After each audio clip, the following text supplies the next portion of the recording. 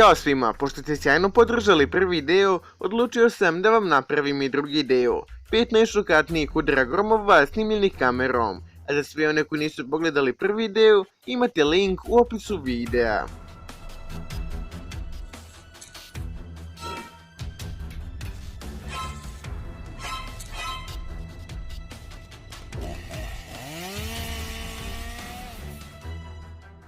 Na početku možete vidjeti kako to izgleda kada grom udari u avion.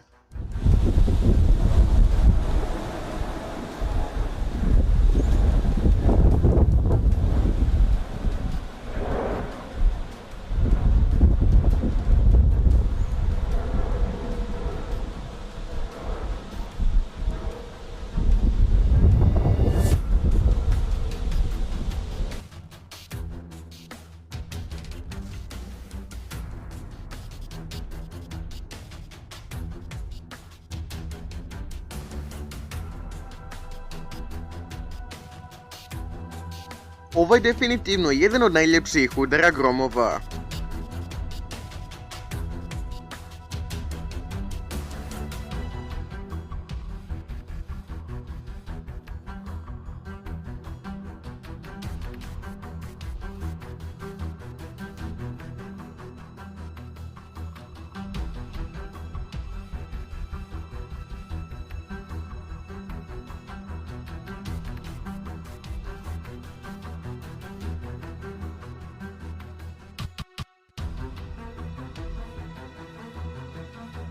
Ovaj čovjek iz svog auta snimio gromove koji udaraju u parking na kom se on nalazi.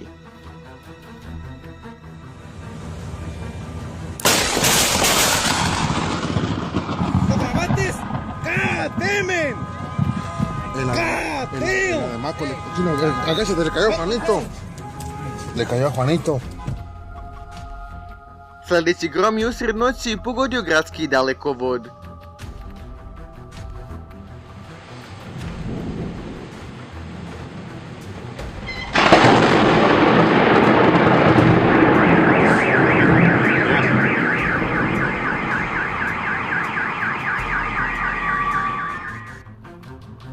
I zadnji snimak je definitivno najšokantniji. Radi se o gromu koji je pogodio dedu dok je prelazio put. Ali nemojte se ništa brinuti jer je sve bilo okej.